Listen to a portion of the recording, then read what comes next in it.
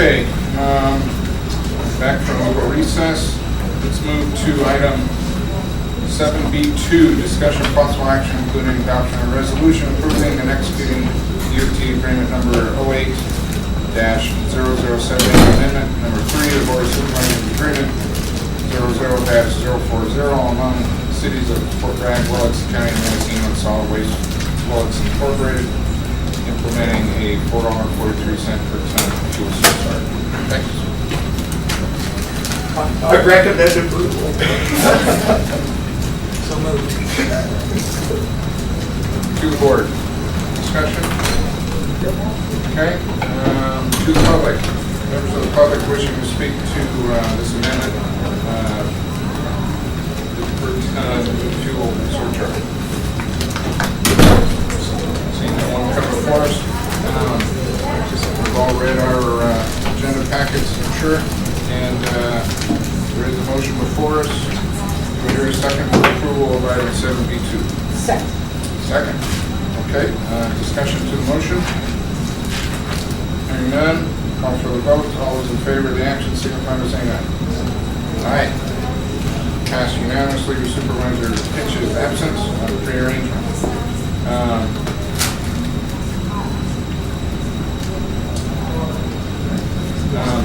To the DOT Director's report. That was submitted in writing. I'll submit any questions, otherwise I have nothing to add. Good name? Okay, moving down the list, we'll show acceptance of the Planning and Building Services Director's report. Step back a page here. To the CEO's office, legislative and fiscal report. Nothing else. Okay. To the CEO for your report. Just a couple of quick verbal things. On August 19th, we're going to be coming to the board, the water agency, selecting 2 projects that are recommended during the budget to move forward on. Since we're in Willits, one of the projects it's getting sort of a high look, I'd say, at it is the Scout Lake project. I'm going to be meeting with the Boy Scout council to further talk about the potential for that project. Hopefully have some information before the 19th for you. Last week on Thursday, I met with a group from the League of Cities that is specifically working on coastal issues within the various California coastal counties. Jerry Mello from Fort Bragg was chairing that committee. It was a very productive meeting. There will be technical task force meeting at the Coastal Commission in San Francisco in August. League of Cities will be talking about this again in September. Basically, the Coastal Commission staff has been reduced to about 126 employees through budget cuts, and Coastal Commission is looking at ways of fine-tuning their operation to actually talking about the cities and the counties about coming up some rules that follow the LCPs are for counties. I have some briefing packets I'll give to the board members on that one. And then we did have our initial meeting with the FEMA people regarding fire reimbursement, and given them a package of what our preliminary estimates are, we'll be moving forward with that. Next week we will be adding an item to the agenda having to do with the CDBG application. That's fairly routine, but at that time we'll also give you a report from Steve Duncliffe and our newest employees who are filling you in all of the activities that housing and CDBG are working on. And then finally, tomorrow is another meeting at the Revenue Commission Group. It's a meeting tomorrow. 10 a.m. I believe it's 10 a.m. Supervisor Delmar, Supervisor Whiteburn, and I will be meeting with their equivalents. And Jane Chambers, the city manager, will be hired. And then Friday, I have a quarterly meeting with the city managers of Mendocino County and myself in my office. Okay, thank you very much. We'll show acceptance of the GSA Director's report. Let's go to County Council, any report? Nothing to report out of closed session. And to the supervisors, committee and or supervisor reports. Any of us have anything to report? Any activities. Supervisor. Mr. Chairman, last week, the CSAC officers met with the leadership of the Assembly and Senate to discuss the budget stalemate and particularly the loss of 1A and 42 funds, potential loss of those.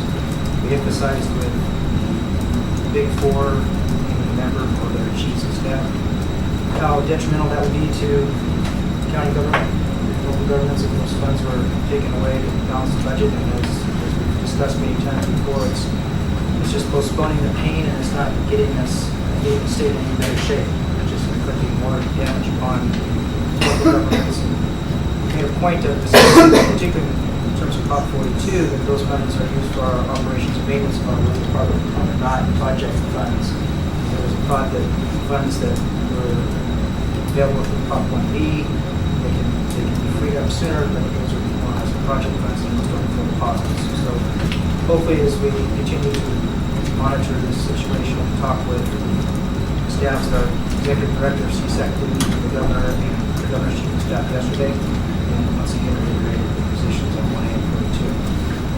The EO Russian River Commission met on Thursday, and they were given some news that the biological opinion from the National Fisheries Service will be issued shortly, in the next few weeks, I believe. And the result of that would be which we anticipated, the potential reduction of the flows from Lake Mendocino as a result of the Section 7 consultations that have been ongoing now for since 1997-98.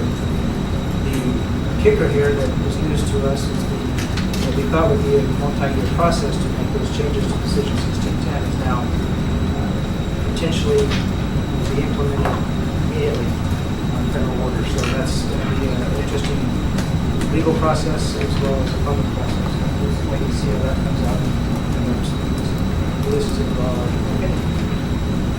That's all I have. One quick comment. I attended several days of